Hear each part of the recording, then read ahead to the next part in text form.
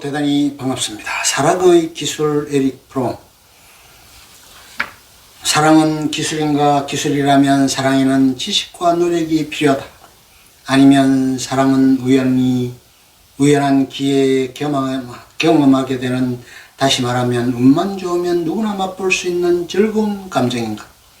이 책은 사랑은 기술이라고 하는 견해를 전제로 하고 있지만 현대인들의 대부분은 사랑은 즐거운 감정이라고 믿고 있다. 그렇다고 해서 현대인이 사랑을 대수롭지 않게 여긴다는 뜻은 아니다. 현대인들은 사랑을 갈망하고 행복하거나 불행한 사랑의 이야기를 펼쳐놓는 수많은 영화를 구경하고 사랑을 노래한 수백 가지 노래에 귀를 기울이고 있다. 그러나 사랑에 대해서 배워야 한다고 생각하는 사람은 거의 없다. 이러한 태도는 몇 가지 전제의 기초를 두고 있다. 우선 대부분의 사람들은 사랑의 문제를 사랑하는 즉 사랑할 줄 아는 능력의 문제가 아니라 오히려 사랑받는 문제로 생각한다. 그들에게는 사랑의 문제가 어떻게 하면 사랑을 받을 수 있는가, 어떻게 하면 사랑스러워지는가 하는 문제이다. 그들이 이 목적을 추구하는 데는 몇 가지 방법이 있다. 남자들이 애용하는 방법은 몸을 단장하고 치장을 잘하며 매력을 갖추는 것이다. 남녀가 애용하는 또 한 가지 매력 전술은 유쾌한 태도와 흥미있는 대화술을 익혀서 유능하고 겸손하고 부드럽게 제심하는 것이다. 따라서 사랑스러워지는 여러 가지 방법은 성공하기 위해 즉 벗을 얻고 사람들에게 영향력을 미치기 위해 사용하는 방법과 같다. 사실상 우리 문화권의 대부분의 사람들이 사랑스럽다고 말할 경우 거기에는 본질적으로 인기와 성적 매력이 뒤섞여 있다.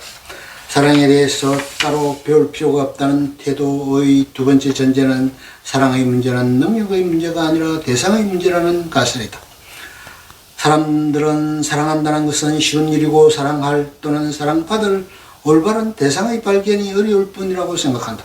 이러한 태도에는 근대사회의 발전에 기초한 몇 가지 이유가 있다. 그 첫 번째 이유는 사랑의 대상의 선택에 대해서 20세기에 일어난 커다란 변화이다.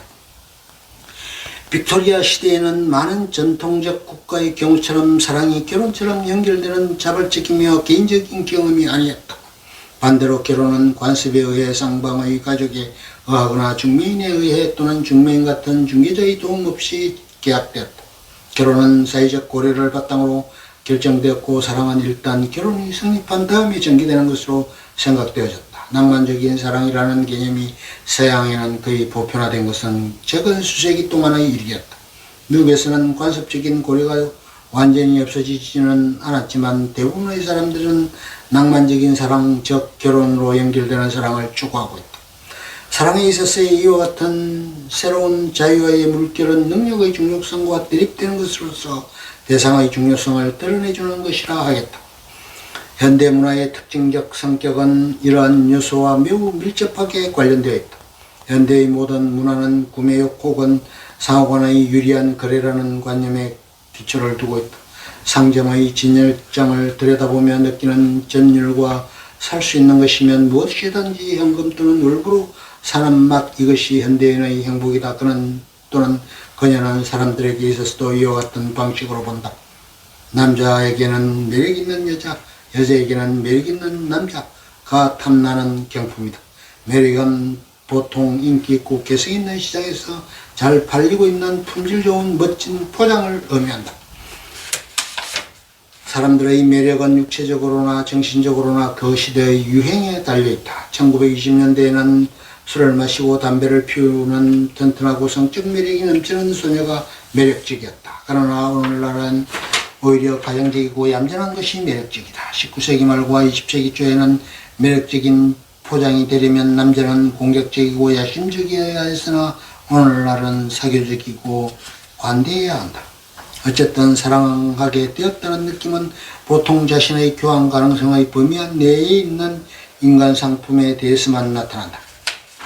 가령 내가 거래를 하러 나갔다고 하자 상대는 사회적 가치의 관점에서 바람직해야 하며 상대자도 나의 명백하거나 숨겨진 재산과 능력을 고려한 다음 나를 바람직하다고 생각한다. 이와 같이 자기 자신의 교와 가치 한계를 고려하면서 서로 시장에서 살 수 있는 최상의 대상을 찾아냈다고 느낄 때에만 두 사람은 사랑에 빠질 수 있다. 부동산을 사는 경우에 있어서도 앞으로 개발될지 모르지만 현재로서는 숨겨져 있는 가능성이 거래에서 중요한 역할을 한다.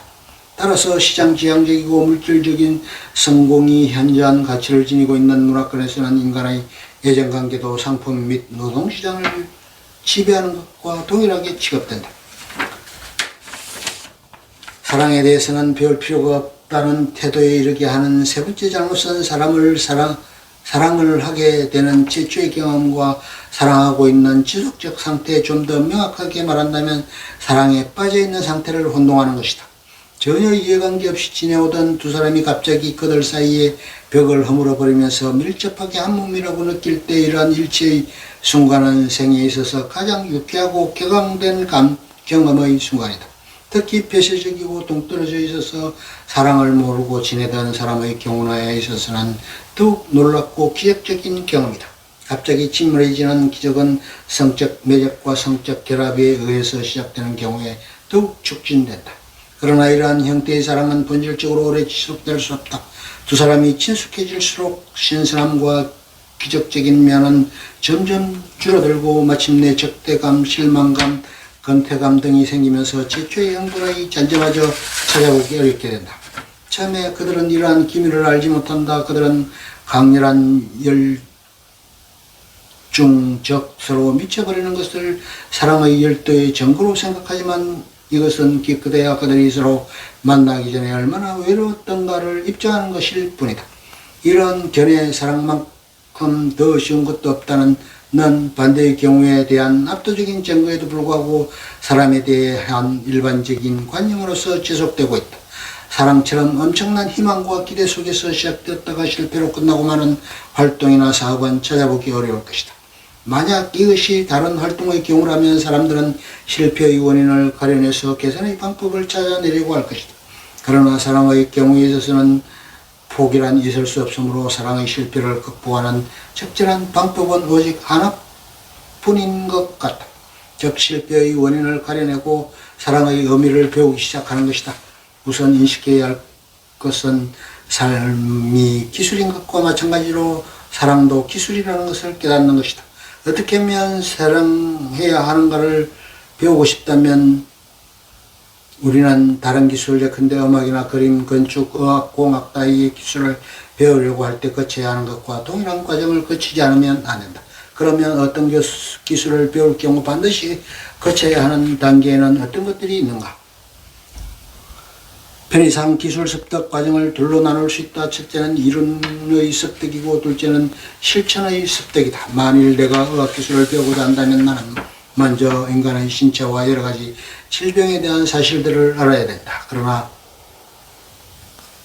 내가 이러한 이론적 지식을 모두 배웠다 하더라도 나는 아직 의학기술에 숙달을 하지는 못했다. 상당한 실무를 거친 다음에야 비로소 나의 의학기술에 숙달하게 되고 마침내 나의 이론적 지식의 결과와 실천의 기술이 일치될 것이다. 그렇게 되면 나의 직관이 모든 기술 숙달의 본질이 될 것이다. 이론과 실천의 습득 이외에도 어떤 기술에 숙달하기 위해서는 필수적인 요인이 또 한 가지 있다.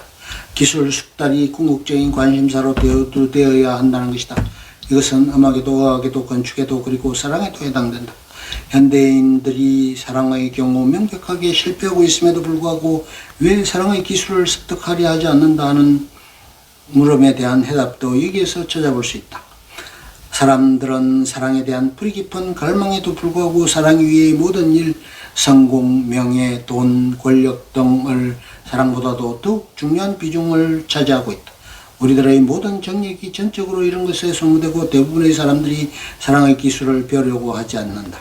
돈이나 권력에 관계되는 것만 배울 만한 가치가 있다면 오로지 영혼에 유익할 뿐 현대적인 의미에서는 아무런 보탬이 되지 않는 사랑은 열성적일 필요가 없는 것일까? 이해와 감상. 이 책은 우리가 보통 생각하고 체험하는 바와 같이 달콤하고 가벼운 사랑의 기술서가 아니며 따라서 사랑에 대한 낭만적인 호기심으로 이 책을 대하다가는 독자는 저기 실망을 느낄 것이다. 저자도 밝혔듯이 사랑은 자기 자신이 다다른 성숙의 정도에 관련 없이 쉽게 탐닉할 수 있는 따위의 감성적인 것이 아니며 자기 인격 전체를 발달시켜서 생산적인 방향으로 나가도록 꾀하는 것이라고 지적하고 있는데, 이는 오늘의 기계 문명 속에서 인간의 실존과 불가분의 관련성을 맺고 있는 사랑의 참된 의미에 대한 우리의 생각을 깊게 한다는 측면에서 분명 뛰어난 메시지를 담고 있다. 사랑은 기술이다. 프롬은 스스로 사랑은 기술인가를 묻고는 사랑은 기술이라는 이유를 말하고 있다. 사랑이 기술이라면 사랑하기 위해서는 지식과 노력이 필요하다는 것이다. 여기에 넣어서 우리가 해야 할 것은 삶이 기술인과 마찬가지로 사랑이 기술임을 알아야 하는 일이다. 우리가 어떻게 사랑해야 하고 또 어떻게 사랑을 받아야 하는가를 배울 생각이 있다면 음악가나 건축과 의사 등의 기술과 같이 어떤 기술을 배우고자 할 때 우리가 우선 해야 할 것과 동일한 방법으로 사랑의 기술도 배우지 않으면 안 된다.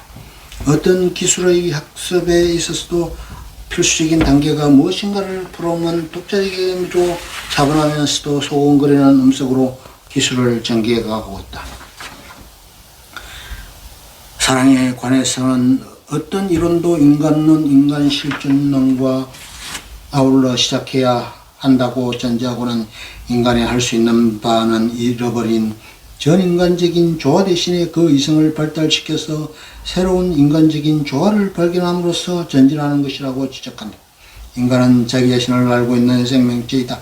자신과 민족들을, 자기의 과거를, 자기의 가능성을 알고 있다. 이와 같이 타자로부터 분리된 존재로서의 자기 자신을 알고 있다는 것, 자기의 생명이 잠시 동안의 짧은 것이라는 사실을 알고 있다는 것, 자기의 의지와는 상관없이 태어나서 자기의 의지와는 어긋나게 죽어야 한다는 사실, 자기가 사랑하는 사람보다도 또는 사랑하는 사람이 자기보다도 먼저 죽을 것이라는 사실을 알고 있다는 것, 그가 고독하다는 것, 분리되어 있다는 것, 자연이나 사회의 힘 앞에 무력한 상태에 놓여 있음을 알고 있다는 것, 이런 모든 인식은 분리되어 흩어져 있는 인간의 실존을 비참한 감옥으로 만든다.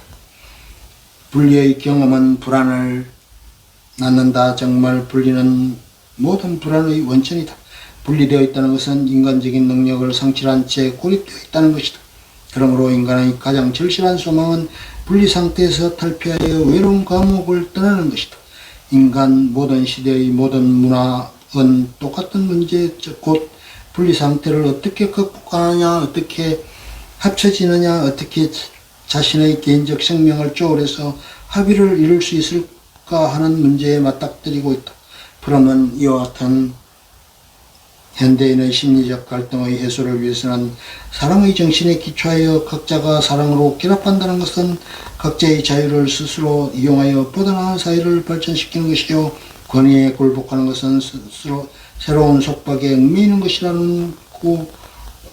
것이라고 결론을 내렸다. 이와 같은 권위의 복종이 나치스의 출현을 가능하게 했다고 프롬은 주장했다. 사랑은 하나님이 내려준 천부적인 재능이므로 우리가 느끼는 대로 행동하면 사랑을 실천할 수 있다는 안이한 대답을 하기에는 현대의 사회와 인간은 너무나 복잡하고 너무나 교묘하다. 따라서 사랑의 회복을 위해서는 절실하게 기술이 필요하게 되었다.